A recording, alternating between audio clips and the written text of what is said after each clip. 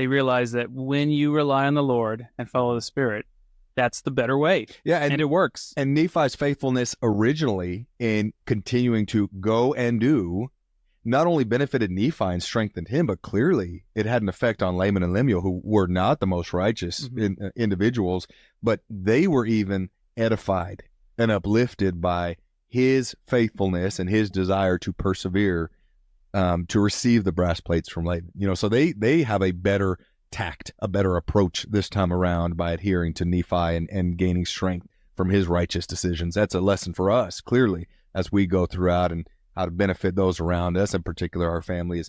You make righteous choices, you live according to the Spirit, and you act on faith, and it's going to strengthen those around you, even if maybe it's not as much as it strengthens you personally. You're the one taking the action. There's additional benefits there, but it will strengthen those around you as well.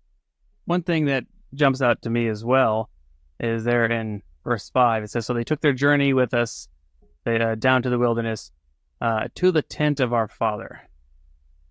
And that jumps out at me because we talked about in a previous episode that Lehi was kind of a Moses type figure, that this was an exodus happening out of Jerusalem.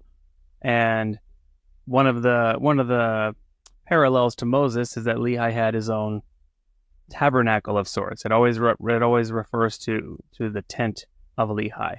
And Lehi was officiating in sacrifices, and he was truly in that patriarchal position.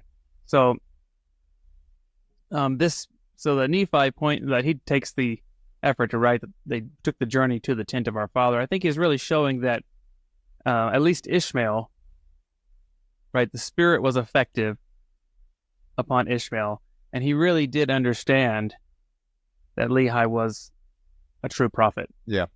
He had gained something of a testimony or a witness of what was going on here, so much so that he was willing to travel down into the wilderness. Yeah, he was going to the tent of our father.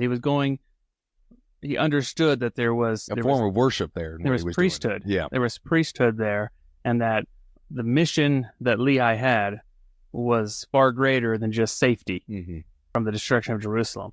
That there was a mission of preserving the temple and preserving priesthood and the covenant, remaining in the covenant and the covenant people of God, and with all of the blessings of Joseph of Egypt that